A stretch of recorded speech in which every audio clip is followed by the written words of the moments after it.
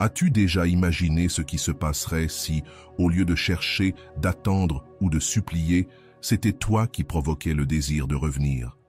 Quand quelqu'un s'éloigne, en pensant pouvoir te remplacer facilement, il ne soupçonne pas le pouvoir de ton silence, de ta transformation et de ton absence bien dirigée.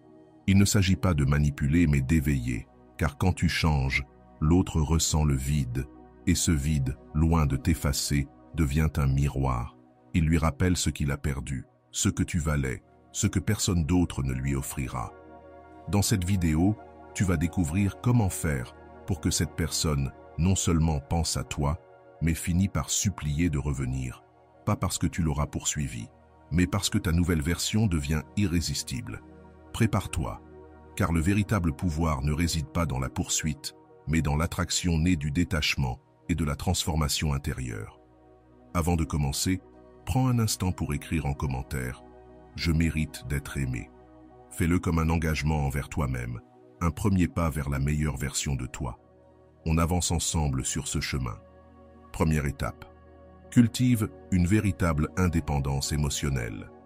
Il y a une différence immense entre avoir besoin de quelqu'un et choisir d'être avec quelqu'un. Lorsque tu as besoin de l'autre pour te sentir bien, en paix ou complet, tu cèdes ton pouvoir émotionnel. Tu déclares, souvent sans t'en rendre compte, que ton équilibre dépend de quelque chose d'extérieur, de quelqu'un qui peut partir à tout moment. Mais lorsque tu choisis d'aimer depuis la liberté émotionnelle, depuis une base stable qui ne vacille pas en cas d'absence, alors le lien devient authentique, non par peur ni par obligation, mais par conviction. Voilà ce qu'enseigne le stoïcisme. Il ne s'agit pas de ne plus ressentir, mais de ne plus être esclave de ce que tu ressens. Ton indépendance émotionnelle devient un miroir de maturité. Tu n'as plus besoin de prouver quoi que ce soit. Tu ne supplies plus pour attirer l'attention. Tu n'attends plus désespérément un signe, parce que ta vie continue, ton énergie circule, ton chemin avance, avec ou sans cette personne. Cela ne veut pas dire que tu n'aimes plus, mais que tu n'es plus dépendant. Tu peux aimer profondément sans te perdre. Tu peux vouloir intensément sans supplier, sans te livrer jusqu'à en oublier qui tu es, parce que tu as compris que le véritable amour commence à l'intérieur. Et quand cette personne, qui te croyait acquis, réalise que tu n'es plus émotionnellement attaché, que tu ne réagis plus comme avant, que tu ne cherches plus à être sauvé de ta solitude, tout change. Tu ne dépends plus d'un message pour passer une bonne journée. Tu ne mesures plus ta valeur à l'attention que tu reçois. Tu ne t'effondres plus face à la distance. Et cela, loin d'éloigner, attire, car ça envoie un message clair. Désormais, tu choisis depuis ton centre, pas depuis ton vide. Et cela désarme. Beaucoup confondent amour et besoin. Mais ce qui naît de la peur de la solitude devient de l'attachement, de l'angoisse, de l'obsession. À l'inverse, ce qui naît de l'équilibre fleurit avec liberté.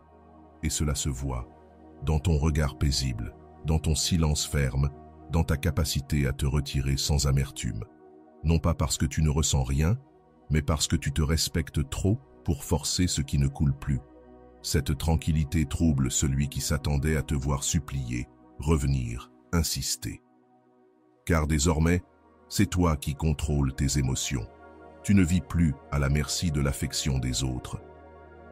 Quand tu cultives cette indépendance émotionnelle, tu commences à voir les choses autrement. Tu ne te définis plus par la manière dont les autres te traitent. Tu n'as plus besoin d'être choisi pour savoir ce que tu vaux. Et cette sécurité intérieure devient magnétique. Tu n'agis plus. Tu ne feins plus l'indifférence. Tu es simplement devenu quelqu'un qui ne craint plus la solitude.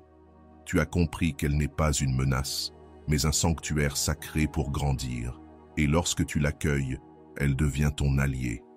Tu cesses de fuir. Tu ne remplis plus tes vides avec des promesses brisées. Tu ne cherches plus à l'extérieur ce que tu as trouvé en toi. Désormais, tu n'es plus émotionnellement disponible par besoin, mais par volonté. Tu es avec toi-même. Tu te soutiens, tu te comprends, tu te rassures.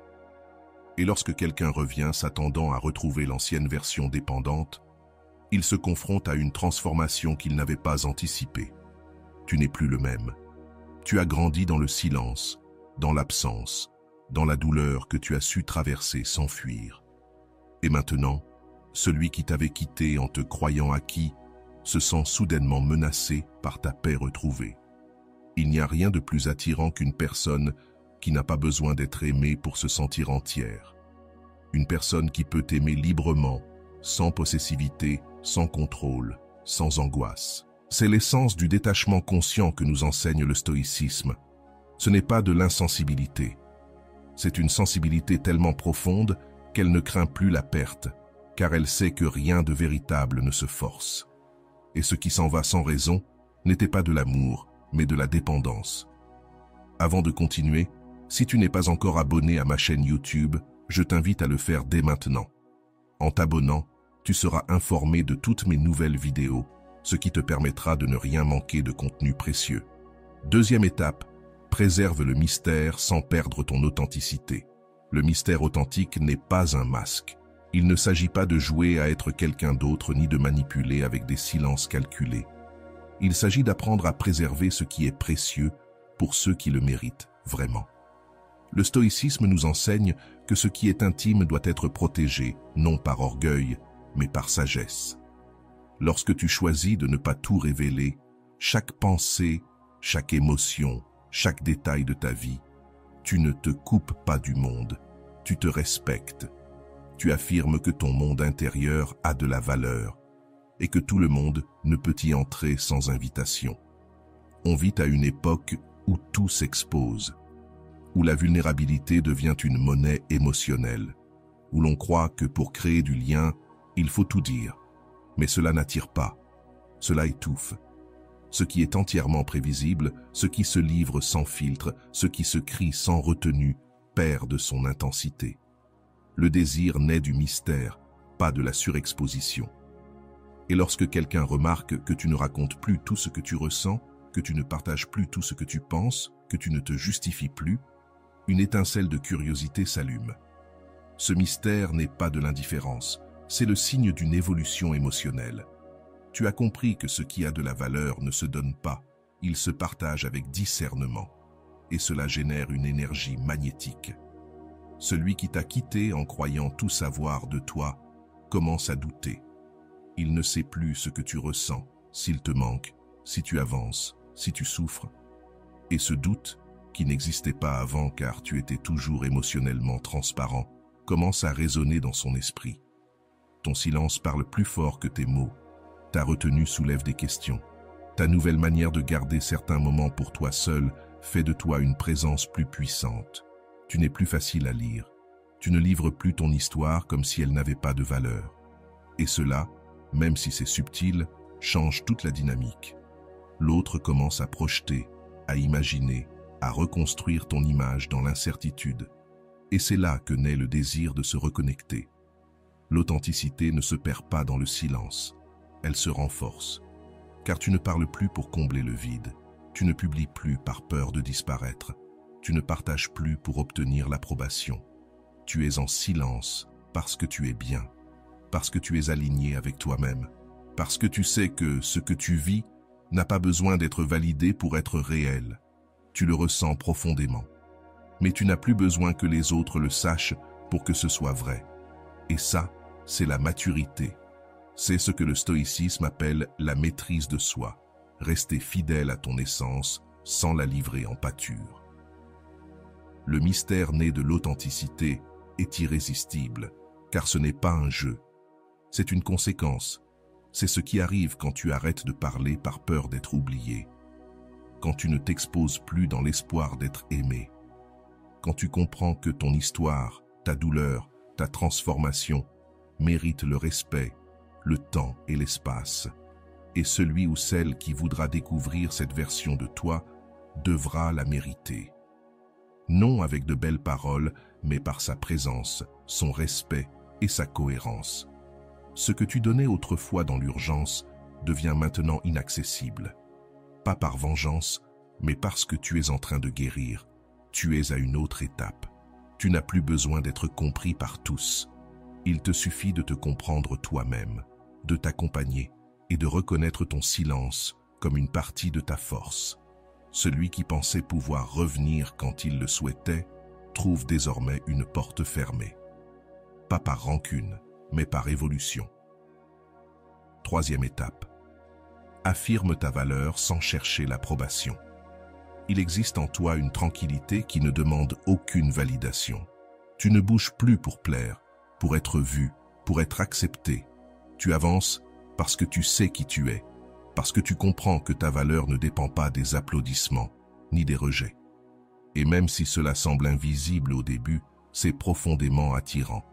Quand quelqu'un se rend compte que tu ne cherches plus à être approuvé, que tu ne réclames plus d'attention, que ton bien-être ne dépend plus de sa présence ni de son jugement, un vide se crée. Un vide que tu remplissais auparavant avec ton besoin d'être aimé. Mais aujourd'hui, tu es complet. Et cette absence pèse plus que n'importe quel mot. Les gens sont habitués à te voir faire des efforts, insister, rester disponible. Mais quand tu ne réagis plus par manque, mais depuis une abondance intérieure, ton silence devient un miroir. Un miroir qui renvoie à l'autre tout ce que tu apportais et qu'il ou elle tenait pour acquis. C'est là que commence la prise de conscience, le véritable souvenir. Parce que tu ne demandes plus d'attention. Tu cultives ta paix. Tu n'attends plus. Tu évolues. Ton absence n'est plus une stratégie, mais une conséquence naturelle de ton amour-propre. C'est à ce moment-là que le stoïcisme prend tout son sens. Car tu ne réprimes pas tes émotions, tu choisis simplement de ne pas te laisser gouverner par elles. Tu ne te fermes pas au monde, tu choisis avec sagesse où et avec qui partager ton énergie. Ta valeur n'a plus besoin d'être expliquée. Elle se ressent dans la fermeté de ton regard, dans la tranquillité de ta présence, dans ta capacité à exister sans bruit, sans te justifier, sans supplier. Le véritable pouvoir réside dans la façon dont tu agis quand personne ne te regarde. Car c'est là que se construit ton caractère, quand tu te concentres sur ton attitude, ton effort silencieux, ta cohérence entre ce que tu penses, ressens et fais, il se forme une aura invisible. Et les autres commencent à se poser des questions. Pourquoi n'insistes-tu plus? Pourquoi ne cherches-tu plus? Pourquoi n'es-tu plus là? Et la réponse est simple. Tu es avec toi. Vraiment avec toi. Il n'y a plus de distractions émotionnelles qui t'éloignent de ton but. Plus de dépendance qui te fait vaciller face à une absence. Tu n'as plus besoin de crier ta valeur, car ta simple présence la manifeste. Et c'est à ce moment que la dynamique change, quand quelqu'un s'est habitué à ta disponibilité, à recevoir ton amour, ton attention, ton énergie, et qu'un jour tu n'es plus là, non par punition, mais par évolution. L'effet est profond. L'autre ressent ce vide, ce manque de stabilité, d'attention, de soutien. Ce qu'il ou elle tenait pour acquis n'est plus offert sans mesure. Et ce qui frappe le plus, c'est que tu ne l'as pas accusé, tu n'as pas fait de scène, tu n'as pas fermé la porte avec reproche ou rancœur, tu as simplement décidé de grandir, et c'est cela qui fait le plus mal. Il n'y a pas eu de drame, seulement une transformation. Le stoïcisme t'enseigne à trouver ta force dans la modération, à te maîtriser sans te réprimer, à agir selon la raison sans te déconnecter de ton essence. Et lorsque tu appliques cela à tes relations, tout change. Il n'y a plus d'angoisse à être aimé, plus de désespoir à être vu. Il y a de la clarté, de la force, du calme. Et même si tout cela est silencieux, cela résonne fortement dans la conscience de celui ou celle qui a cru pouvoir te considérer comme acquis. Si tu veux réellement que quelqu'un te valorise, ne cherche pas à le forcer. Montre-le sans dire un mot. Sois tellement cohérent, tellement aligné avec toi-même, que ta simple façon d'être dit tout, car celui qui doit le voir, le verra. Non pas pour ce que tu as fait pour attirer son attention, mais pour tout ce que tu as cessé de faire quand tu as compris que tu n'avais besoin de l'approbation de personne pour te sentir digne. C'est à ce moment qu'on commence à te regretter. Pas parce qu'ils ont besoin de toi pour combler un vide, mais parce que tu l'as déjà comblé toi-même. Et c'est cela, la force ultime de ta transformation. Investis dans ton autocar visible. Rien n'attire plus que quelqu'un qui prend soin de lui, non par vanité, mais par respect de soi. Ton corps, ta posture, ton regard, ton énergie, tout parle. Et quand tu prends soin de toi, tu envoies un message clair. Tu n'es plus la même personne émotionnellement que celle qu'on a laissée derrière. Tu n'as plus l'air éteint. Tu ne te caches plus. Tu ne t'abandonnes plus. Maintenant, tu rayonnes. Et cela se remarque. Ceux qui te croisent sentent que quelque chose a changé. Ta démarche est plus assurée. Ton style reflète une nouvelle clarté.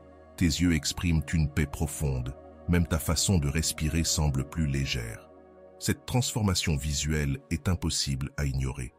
Prendre soin de soi, ce n'est pas seulement une routine extérieure. C'est un symbole fort de ton retour à toi-même. C'est la preuve que tu as compris une chose. Tu es ta priorité. Tu n'attends plus qu'on te dise que tu vaux quelque chose. Tu le montres à chaque instant de ta journée. Le stoïcisme enseigne que le corps est le temple de l'âme rationnelle. Le respecter, c'est cultiver la vertu. Non comme un masque, mais comme l'extension de ta discipline intérieure. Car personne ne prend soin de ce qu'il méprise. Et toi maintenant, tu te respectes. Et cela se voit dans ta façon de t'habiller, dans l'ordre de ton espace, dans ce que tu choisis de manger, de penser, d'écouter. Ta peau change, ton ton change, ta présence change. Tu es aligné. Il n'y a plus de contradiction entre ce que tu dis et ce que tu fais. Tu ne prétends plus aller bien quand ton corps hurle de fatigue. Tu ne fais plus semblant d'être fort quand tes habitudes montrent l'abandon. Tout en toi respire la cohérence. Et c'est cela qui crée le désir. Pas un désir superficiel, mais profond. Celui qui t'a vu affaibli te découvre maintenant transformé. Et cette nouvelle version éveille des questions. Comment a-t-il fait pour en arriver là? Pourquoi semble-t-il si centré, si serein, si attirant? Ce qu'ils ne savent pas, c'est que cette transformation s'est faite dans le silence, dans l'obscurité. Quand ils pensaient que tu allais t'effondrer, tu te reconstruisais. Quand ils t'ignoraient, tu apprenais à t'écouter. Quand ils te repoussaient, tu te rapprochais de toi-même. Et tout cela se voit aujourd'hui, non comme une vengeance, mais comme une déclaration muette. Désormais, je me choisis. Prendre soin de toi, c'est de l'amour-propre en action. C'est te lever tôt parce que ton temps est précieux, bien manger parce que tu n'as plus besoin de compenser par les excès. Bouger ton corps parce que tu sais que ton énergie se construit. Te préparer, non pour qu'on te regarde, mais pour te rappeler que tu mérites de te sentir bien. Tout cela forme un message visuel si puissant que personne ne peut l'ignorer. Tu n'es plus celui qui avait besoin d'attention. Tu es devenu celui qui brille sans la chercher. Et cela change la dynamique. Celui qui est parti en pensant te laisser détruit, revient et découvre quelqu'un de renouvelé. Pas quelqu'un qui prétend aller mieux, mais quelqu'un qui va réellement bien. Parce que te reconstruire n'était pas une stratégie pour le faire revenir, mais une décision pour ne pas te perdre toi-même. C'était l'acte le plus courageux, renaître à partir de tes propres cendres. Et ce travail intérieur transforme aussi l'extérieur. Ta simple présence parle pour toi. Tu n'as rien à expliquer. Cela se voit, se ressent, se respire. Et le plus beau, c'est que tu n'as pas fait tout cela pour séduire, mais pour guérir, pour te respecter, pour être cohérent avec l'amour que tu as appris à te donner. Car tu as compris que si ce n'est pas toi qui prends soin de toi, personne ne le fera comme tu le mérites. Et dans ce processus, sans même le vouloir, tu es devenu magnétique. Car l'autocare conscient envoie un message clair. Je n'ai plus besoin qu'on me sauve. Je m'ai, moi. Quand ton attention se concentre sur toi et non sur ce que tu as perdu, ton énergie change. Et celui qui t'a quitté le ressent. Parce que celui qui part s'attend inconsciemment à être regretté, à être poursuivi, à continuer d'occuper une place dans ton esprit et dans ton cœur. Mais lorsque cette attente ne se réalise pas, l'impact est profond. Le stoïcisme ne dit pas de ne rien ressentir, il dit simplement de ne pas devenir esclave de ce que tu ressens. Et quand tu as vraiment travaillé sur toi, sur ton intérieur, sur tes blessures, le changement devient visible.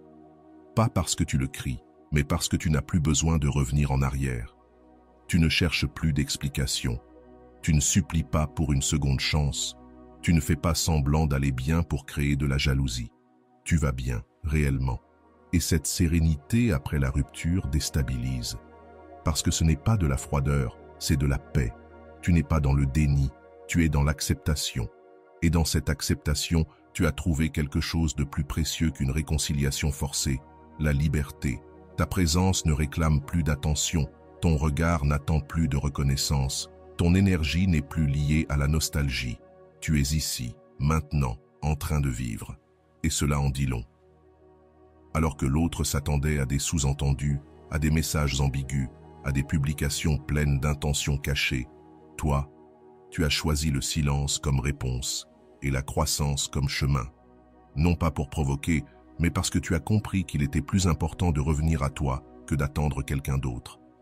Et cette décision pèse. Elle pèse sur celui qui t'a cru incapable de lâcher prise. Elle pèse sur celui qui pensait que tu serais toujours là. Car en refusant de jouer le rôle de celui qui reste prisonnier, tu es devenu celui qui se libère. Et cette liberté se ressent. Elle se voit dans ta façon de parler, dans tes nouvelles priorités, dans ta manière de ne plus évoquer le passé, dans la façon dont tu te projettes vers l'avenir. C'est là que commence le vrai tournant. L'autre commence à se poser des questions. Est-ce qu'il ou elle m'a vraiment oublié? Je ne compte plus? Comment a-t-il ou elle pu guérir aussi vite? Ce que cette personne ne sait pas, c'est que ce n'était pas rapide, c'était profond, c'était silencieux, c'était réel. Et tu y es parvenu parce que tu as décidé de lâcher prise depuis le fond de toi, pas depuis ton orgueil. Tu n'es pas parti en courant, tu es parti en te reconstruisant. Et c'est pour cela que cette fermeture est propre, forte, mature. Parce que tu n'as laissé aucun nœud en toi. Parce que tu t'es regardé avec honnêteté. Parce que tu as pleuré ce que tu devais pleurer, puis tu as respiré et avancé. Tu n'as plus besoin de prouver quoi que ce soit quand tu as vraiment tourné la page. Tu n'as pas besoin d'avoir l'air heureux, tu as juste besoin d'être en paix. Car la paix est plus puissante que n'importe quel masque. Et la paix ne se simule pas, elle se construit, et quand tu l'atteins, elle devient ta plus grande déclaration. Ta vie devient le reflet de cette fermeture émotionnelle. Tu n'es plus prisonnier du passé. Tu es en train de créer le présent. Tu es en train de cultiver ton futur. Et tout cela en dit plus que 1000 mots. Le vrai pouvoir ne réside pas dans le fait de faire revenir l'autre.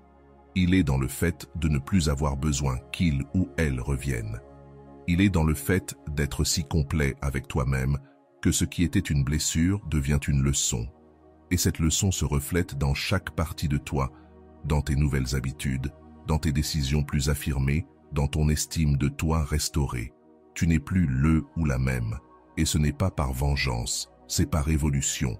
Et si un jour l'autre revient, ce sera pour découvrir quelqu'un qui ne l'attend plus, quelqu'un qui n'a plus besoin de retourner dans le passé pour se sentir complet, quelqu'un qui ne s'identifie plus à la version abandonnée, mais à celle qu'il ou elle a construite après. Et c'est cela qui marque vraiment, non pas l'absence, mais ce que tu en as fait, non pas le silence, mais la transformation qu'il a révélée en toi. Change d'attitude et surprends. Il n'y a pas de choc plus puissant que de voir une personne qui réagissait autrefois avec anxiété, colère ou besoin, se mouvoir désormais avec calme, avec clarté, avec une paix qui désarme. Quand tu changes ton attitude de manière authentique, tu ne fais pas que t'améliorer.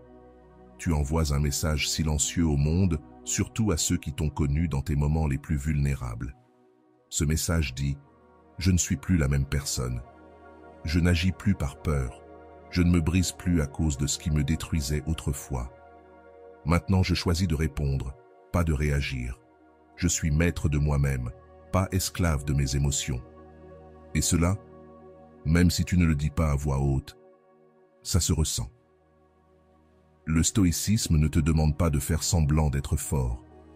Il te demande de construire cette force depuis l'intérieur, de t'observer, de te connaître, de te transformer par la discipline et l'autocontrôle. Et quand tu t'engages réellement dans cette transformation intérieure, le changement devient inévitable. Tu ne tombes plus dans les provocations. Tu ne cours plus après des explications. Tu ne supplies plus pour de l'amour. Tu es en paix avec toi-même et tout commence à se réorganiser. Cette personne qui t'a vu perdre ton sang-froid, exploser, t'effondrer, ne te reconnaît plus, car le contraste est si fort qu'il en devient dérangeant. Cela éveille des questions, cela éveille de l'intérêt, cela éveille du respect. Ton attitude parle plus fort que n'importe quel discours. Tu peux lui écrire une lettre, lui envoyer 1000 messages, mais rien ne communique autant que ta nouvelle énergie. Quand tu ne réagis plus avec du drame, quand tu choisis le silence plutôt que le reproche, quand tu souris sans rancune et avances sans te retourner, tu montres que tu as grandi, que tu n'as rien à prouver, parce que ce que tu es maintenant s'impose de lui-même. Et cela crée un impact silencieux mais puissant. Car il ne s'agit pas de changer pour que l'autre te voie et revienne. Il s'agit de te sentir fier de la personne que tu es en train de devenir. Le véritable changement n'a pas besoin d'être annoncé. Il se ressent. Et celui ou celle qui croyait avoir sous contrôle émotionnel, qui pensait pouvoir t'ébranler avec un simple message ou te faire douter de ta valeur par une absence, est désormais face à une réalité inattendue. Tu ne réagis plus comme avant. Tu ne joues plus à ces jeux. Tu n'attends plus. Tu as repris le contrôle. Et ce genre de transformation, quand elle est authentique, ne peut pas être ignorée. Beaucoup changent uniquement pour provoquer une réaction chez l'autre. Mais ce type de changement ne dure pas. Car un changement né de l'orgueil est fragile, tandis que celui qui naît de la conscience est imparable. Tu ne changes pas pour impressionner, tu changes parce que tu en as assez de vivre sous l'emprise d'émotions qui t'épuisaient. Tu changes parce que tu as compris que tu mérites une vie en paix. Tu changes parce que tu ne veux plus être prisonnier du passé. Et quand ce changement est réel, ta présence devient autre. Tu n'es plus dans le rôle de la victime, ni dans celui de la dépendance. Tu es dans celui de la transformation. Et c'est là que l'inattendu se produit. Celui qui est parti en pensant que tu étais faible commence à douter. Celui qui t'a jugé instable se demande « Que s'est-il passé? Comment a-t-il ou elle atteint cette paix ?» Et ce doute, cette admiration silencieuse, devient un pont invisible qui vous reconnecte sans que tu le cherches, sans que tu le demandes. Parce que tu ne cours plus après la validation de qui que ce soit. Tu te valides toi-même, par chaque choix, par chaque attitude, par chaque moment où tu choisis la paix au lieu du chaos. Le stoïcisme ne te rend pas froid, il te rend sélectif. Il ne tue pas tes émotions, il t'apprend à les canaliser. Il n'annule pas ta sensibilité, il t'enracine pour qu'elle ne te détruise pas. Et lorsque tu appliques cela dans ta vie, ceux qui ne te valorisaient pas auparavant commencent à te voir autrement. Pas parce que tu leur dis que tu as changé, mais parce que le nouveau toi est visible sans effort. Car le vrai changement se prouve. Il se sent dans ta présence, dans ton regard, dans ton silence. Enfin, accepte ce que tu ne peux pas contrôler. Accepter, ce n'est pas abandonner. C'est comprendre qu'il y a des batailles qui ne se gagnent pas par l'insistance, mais par la sérénité.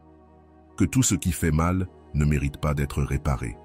Et que tout ce qui se casse ne doit pas nécessairement être recollé. Le stoïcisme t'enseigne que tu ne peux pas contrôler ce que les autres ressentent, pensent ou font. Mais tu peux toujours choisir ce que tu fais avec cela. Et quand quelqu'un s'en va, quand l'abandon frappe fort, quand les réponses ne viennent pas, c'est là que ta véritable force est mise à l'épreuve. Pas en criant, pas en suppliant, pas en exigeant, mais en acceptant, en hochant la tête en silence face à ce qui échappe à tes mains, mais pas à ta volonté. Et là, tu cesses de poursuivre, tu cesses de te demander pourquoi, tu cesses d'imaginer ce qu'aurait été ta vie si les choses avaient été différentes. Parce que tu comprends que chaque résistance au présent est un pas de plus loin de ta paix. C'est une véritable gifle pour ta paix intérieure et tu ne le tolères plus. Tu ne fuis pas la douleur, tu embrasses la réalité. Tu te dis à toi-même, je ne peux pas changer ce qui s'est passé, mais je peux changer ce que je vais en faire. Et cette attitude te transforme. Cette paix t'élève parce que, pendant que d'autres sombrent dans le ressentiment, toi, tu choisis d'avancer avec dignité, Le monde s'attend à te voir détruit lorsqu'on te rejette. Il s'attend à ce que tu t'effondres, que tu perdes le cap, que tu te noies dans des larmes sans fin. Mais toi, tu choisis un autre chemin. Un chemin plus silencieux, plus ferme, plus stoïque. À la place de la vengeance, tu choisis la transformation. Au lieu des plaintes, des actions. À la place de l'angoisse, l'acceptation. Et cela, même si cela paraît simple, déstabilise. Parce que celui ou celle qui est parti pensait te contrôler. Et maintenant, il ou elle voit que tu ne dévies pas de ton axe, que tu ne réagis plus comme avant, que ton état émotionnel ne lui appartient plus. Et là, le doute commence à s'installer. Lorsque tu ne cours plus après ce qui s'éloigne, tu dégages une forme de sécurité rare, profonde, précieuse. Tu ne fais pas semblant de t'en moquer. Tu acceptes simplement qu'il y a des choses qui ne dépendent pas de toi. Même si l'amour était réel, même si l'intention était sincère, parfois cela ne suffit pas. Et ce n'est pas grave. Tu n'as plus besoin de forcer ce qui ne coule plus naturellement. Tu ne supplies pas pour obtenir des explications, car ce que tu recherches, c'est la paix. Tu as compris que le silence guérit, que l'absence remet de l'ordre, que la distance enseigne. Et ceux qui ne le comprennent pas ne sont tout simplement pas sur le même niveau de conscience. Accepter ce que tu ne peux pas contrôler, ce n'est pas de la résignation. C'est refuser de rester piégé dans l'espoir aveugle que tout redevienne comme avant. C'est regarder la réalité en face et, malgré tout, rester debout. Sans drame, sans plainte, sans avoir besoin de prouver quoi que ce soit. Parce que ta force ne se trouve pas dans ce que tu dis, mais dans ta posture, elle est dans la manière dont tu continues, dans le travail que tu fais sur toi, dans le choix de ne pas te laisser emporter par les vagues émotionnelles des autres. Cette maîtrise est ton bouclier. Cette sérénité est ta réponse. Et c'est alors que l'inattendu se produit. Celui ou celle qui est parti en pensant te voir sombrer découvre que tu as fleuri, que, loin de t'éteindre, tu t'es allumé, que ton monde n'a pas explosé, que ton identité est intacte, que tes journées n'ont pas cessé. Tu as continué à bâtir, à grandir, à avancer, sans rancune. C'est là que naît le malaise chez l'autre. Parce que la culpabilité apparaît, parce que le respect grandit, parce que le doute s'installe. Et si je m'étais trompé? Et si je ne l'avais pas vraiment connu? Et si maintenant qu'il ne dépend plus de moi, je l'admire plus que jamais? C'est ça, le pouvoir de l'acceptation stoïque. Ce n'est pas le silence de celui qui veut manipuler, c'est celui de celui qui a compris, qui n'a plus besoin de convaincre, qui ne cherche plus de validation. Parce que désormais, son monde tourne autour de son propre centre et non de son manque. Et c'est cela qui change toute la donne. Il n'y a pas d'énergie plus attirante que celle de quelqu'un qui ne se brise pas face au rejet. Quelqu'un qui le transforme, qui en fait une impulsion, qui le convertit en feu silencieux. Numéro 8. Maintiens un contact modéré et stratégique. Être toujours disponible, répondre à chaque message, attendre un signe pour agir, te rend prévisible. Et ce qui est prévisible devient invisible. Ce qui est toujours là cesse d'être remarqué. Le stoïcisme t'enseigne la modération, pas seulement dans ce que tu consommes, mais aussi dans ce que tu donnes, dans tes relations. Il ne s'agit pas de disparaître ni de bloquer le monde, mais d'être là, de façon stratégique, depuis le calme et non depuis le besoin. Car lorsque ta présence n'est plus automatique, elle commence à avoir de la valeur. Quand tu maintiens un contact sans attentes excessives, sans exigence de réponse immédiate, tu crées un espace. Et c'est dans cet espace que la réflexion naît. Tu n'insistes plus, tu n'expliques plus, tu ne dis plus ce que tu ressens à chaque silence. Tu es présent, oui, mais d'un endroit différent. Plus depuis le vide, mais depuis la plénitude. Et cela déstabilise. L'autre s'attendait à te voir insistant, à recevoir tes messages, tes gestes, tes tentatives de retour. Mais lorsqu'ils ne viennent pas, lorsque le contact devient rare, posé, sans anxiété, une inquiétude apparaît. Pourquoi ne m'écrit-il plus? Pourquoi ne cherche-t-il plus? Pourquoi n'est-il plus comme avant? Ce doute, petit au début, commence à grandir. car souvent, celui qui s'éloigne le fait en pensant que tu seras là si jamais il change d'avis. Mais lorsque ce n'est plus le cas, lorsqu'il ne te sent plus aussi accessible, que tu réponds sans urgence et que tu agis depuis ton centre, quelque chose se fissure, le rôle a changé. Tu n'es plus celui qui cherche, tu es celui qui observe. Tu n'es plus celui qui réagit, tu es celui qui choisit. Et cette nouvelle posture crée une tension émotionnelle. Le contact stratégique n'est pas une manipulation, c'est du respect de soi. C'est comprendre que tu n'as pas besoin de crier pour être entendu, ni de courir après quelqu'un pour exister dans sa mémoire. C'est savoir que ta présence ne doit pas être un outil que l'autre utilise quand ça l'arrange. Et lorsque tu te positionnes depuis cette conscience, ce qui était autrefois un trop-plein devient un vide. Et ce vide n'est pas une punition, c'est un contraste. Parce que quand quelqu'un est habitué à recevoir ton attention sans limite, ton silence devient inconfortable. Il résonne, il pèse. Et dans ce poids naît la réflexion. Mais pour que cela fonctionne, ton énergie doit être vraie. Tu ne peux pas faire semblant d'être distant, en espérant que l'autre revienne. Tu dois vraiment être centré sur toi, sur ton chemin, sur tes projets, sur ta paix. Le contact modéré ne fonctionne que lorsque ton attention est dans ton présent et non dans la réaction de l'autre. Car si tu le fais dans l'attente, ça se voit. Mais si tu le fais depuis l'autonomie, depuis la paix intérieure, alors oui, cela devient une arme puissante. Parce que tu ne dis pas « je n'ai pas besoin de toi ». Tu montres que tu vas bien même sans lui. Et cela a un impact psychologique immense. L'humain désire ce qu'il ne contrôle pas, ce qu'il ne comprend pas totalement, ce qui lui échappe. Quand tu n'es plus aussi disponible, aussi prévisible, aussi acquis, tu deviens un mystère, tu deviens énigme. Et la tête de l'autre commence à fabriquer des scénarios, à chercher des signes, à imaginer ce que tu fais, avec qui tu es, pourquoi tu ne réapparais plus. Et c'est là que naît quelque chose de nouveau, le besoin. Pas un besoin de retour par pitié, mais par curiosité, par envie, par attraction. Car maintenant, tu es rare, et ce qui est rare prend de la valeur. Désormais, ton énergie est protégée. Tu ne donnes plus ton temps comme s'il ne valait rien. Chaque message est intentionnel, pas une supplication. Chaque présence est un choix, pas une réaction automatique. Et cela change tout. Tu ne réclames plus une place. Tu occupes la tienne avec dignité. Et cela se ressent. Recevoir un message qui dit « Tu te souviens de ça ?» Ce n'est pas un simple souvenir, c'est une tentative subtile de raviver une émotion. L'idée, c'est de maintenir une cohérence émotionnelle si subtile que l'autre se reconnaît dans ce que tu évoques sans que tu aies besoin de le nommer.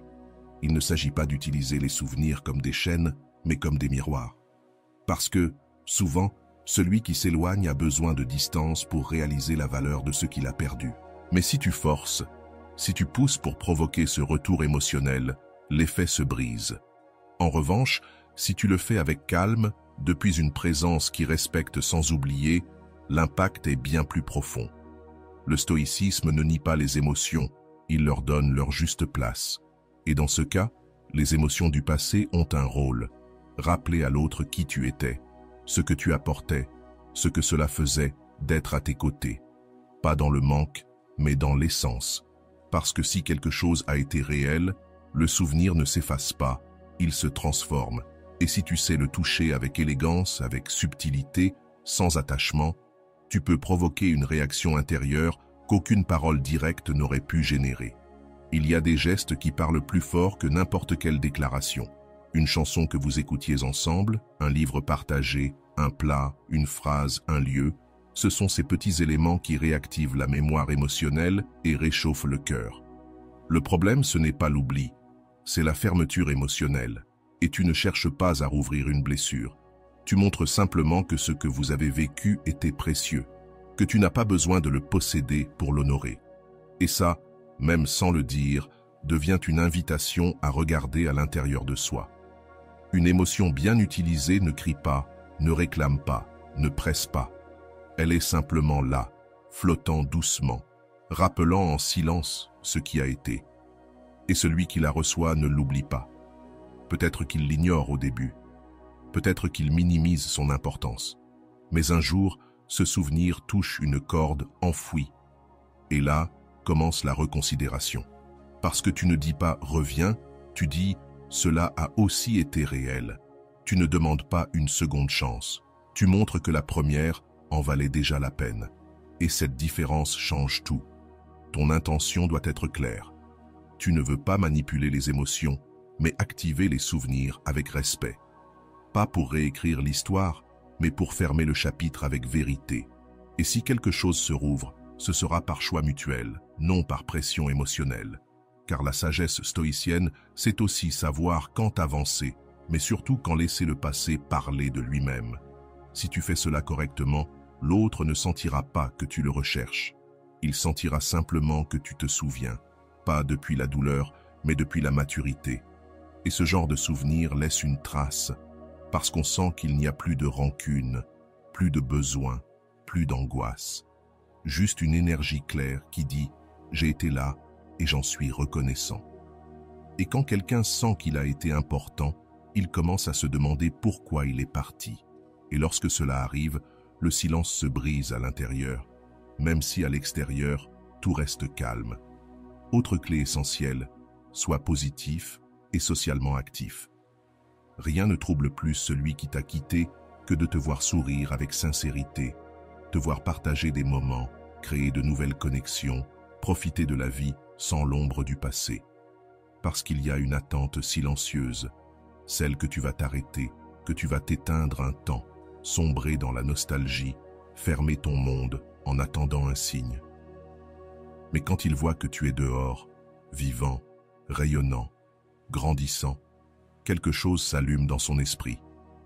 Une irritation, un doute. Comment peut-il aller si bien sans moi? Le stoïcisme ne t'invite pas à t'isoler du monde. Au contraire, il t'apprend à embrasser le présent, à être actif dans la vie, à t'engager pleinement dans ce qui est devant toi. Parce qu'une action guidée par un but est une forme de guérison. Il ne s'agit pas de combler le vide par du bruit social, mais de t'élargir, de faire grandir ton monde au-delà de ce que tu partageais avec cette personne. Et quand tu le fais avec sincérité, ton énergie change. Tu deviens plus léger, plus attirant. Parce que tu ne portes plus l'histoire de celui qu'on a quitté, mais celle de celui qui a choisi d'avancer avec courage. Ta présence devient différente quand tu es en mouvement. Quand on te voit rire vraiment, partager sans peur, parler avec d'autres sans anxiété. Ta vibration n'est plus celle d'un être en attente, mais d'un être en marche. Et cela a un impact immense, car l'autre comprend alors qu'il n'est plus au centre de ta vie. Et cela dérange. Pas forcément par méchanceté, mais parce que ça déstabilise de voir quelqu'un fleurir sans nous, de voir qu'on n'est plus le cœur de son univers, que l'histoire continue et qu'on n'en fait plus partie. Et tout cela commence par un changement d'attitude. Pas une attitude forcée du genre « regardez, je vais bien », mais un choix conscient de vivre, sortir, créer du lien, apprendre, explorer, rompre la routine émotionnelle du passé et choisir de s'ancrer dans le présent.